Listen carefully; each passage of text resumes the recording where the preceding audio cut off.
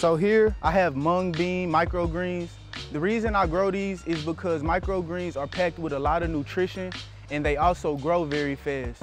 So if you're in a rush or you just need a quick boost or a quick boost in flavor, you can use microgreens.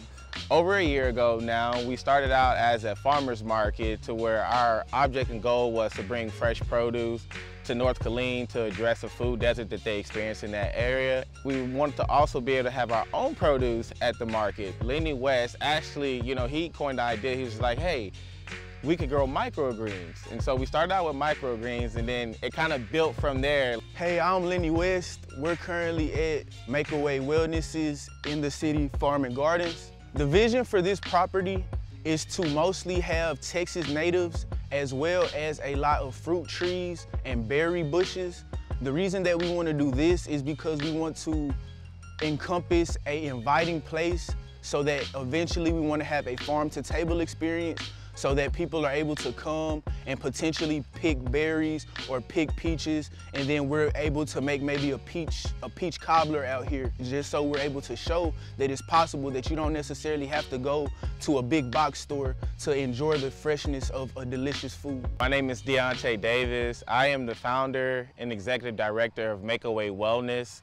And our mission at Makeaway Wellness is to aid in community development through efforts in neighborhood stabilization, community reinvestment, and programs and initiatives for the benefit of low-income and socially disadvantaged populations. The way that I connected with Deontay was at a suicide prevention event. I was coming because another friend of mine that I had met through gardening, and through that, he told me that he had his own nonprofit going on, and we just connected because I wanted to start growing microgreens. He wanted to start a farmer's market, and from that, my gardening knowledge and his business knowledge, we were able to combine and make something great out of that. Our family owns this land right here behind me, as you can see, and it was just basically a vacant lot. When we first came out here, we actually had a big homeless camp right there in the middle.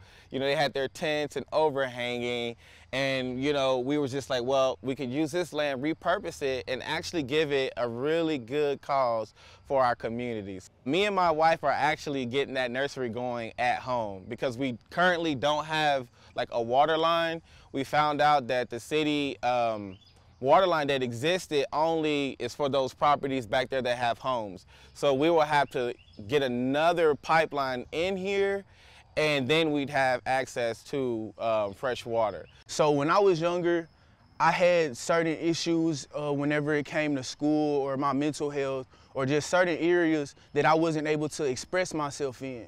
All I had was basketball.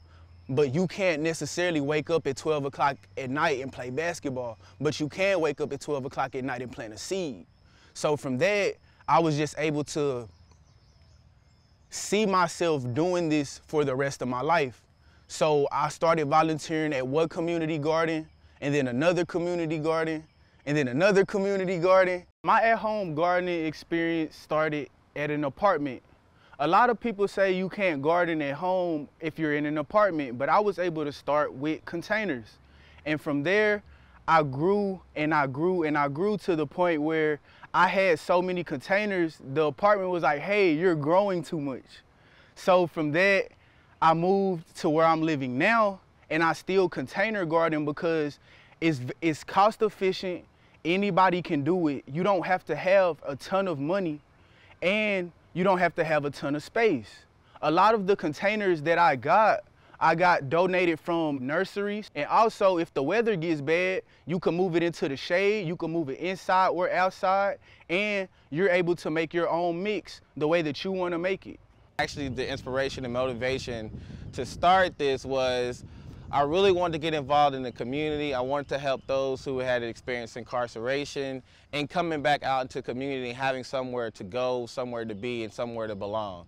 And so I was like, well, I don't want to just give a hand out, but I want to give a hand up.